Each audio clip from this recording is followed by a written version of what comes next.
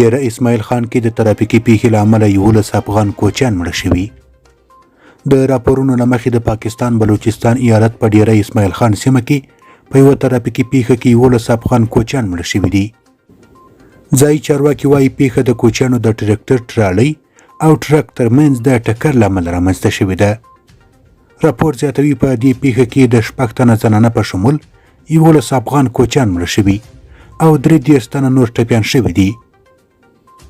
چارواکي وایي تر پیښې وروسته ټپیان د تداوي په موخه روغتونونو ته انتقال شوي دي. په پیښور کې د پوځ پر موټریز کاروان وسلوال برید کې 4 تنه وژل شوي. د خیبر پښتونخوا پیښور ښار مربوط په متنو سیمه کې د پوځ پر موټریز کاروان وسلوال برید کې 4 تنه وژل شوي دي. د متنو پولیس تانې یو چارواکي د نوم نه ښودلو په شرط رسنیو ته ویلي چې په دې برید کې د 2 تنو پوځیانو، یو ملیشیا عسکر او یو لاروي په ګډون 4 تنه وژل شوي دي. دا برید پرون مازدیګر 5 بجې شوی چې د ځایي اوسیدونکو په وینا تر 2 ساعتونو یې دوام وکړ.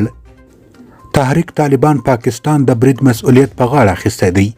پاکستانی امنیتي سرچینې وایي په سیمه کې د پوځ له لوري د پلټنې عملیات روان دي.